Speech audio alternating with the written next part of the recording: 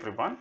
In this video, I am going to explain in Azure DevOps how to add a custom state and how to remove an existing state.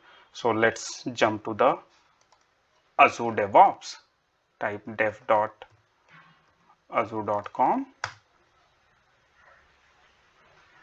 and we will do in this project online shopping cart and in bug.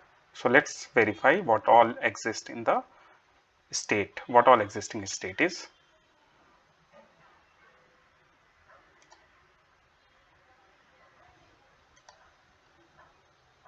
So right now we can see new, active, resolved and close. So what we will do, we will remove active and we will add in progress. Close this, click on the root, click on the organization settings, then click on the process, and our project is available in DevAgile project and we will verify this. We'll click here. Yes, it is exist here.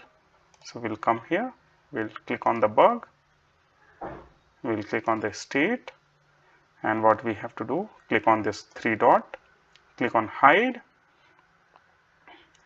It has been removed. Click on new state, type in progress, say create. That's all, it has been created. So let's verify. Come here,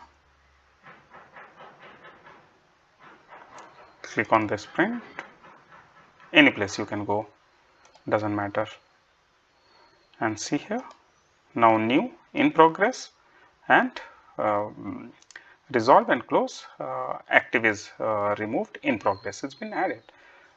That's all. Thanks a lot for watching.